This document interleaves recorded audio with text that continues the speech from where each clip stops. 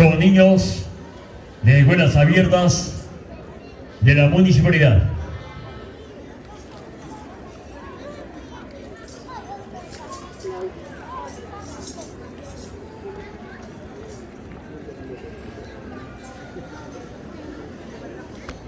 A ver, amigos, hermanos paisanos, fuertes palmas para los niños. Venga esa palma fuerte. La danza de Navidad por los niños de las escuelas abiertas de la municipalidad provincial de Huamanga.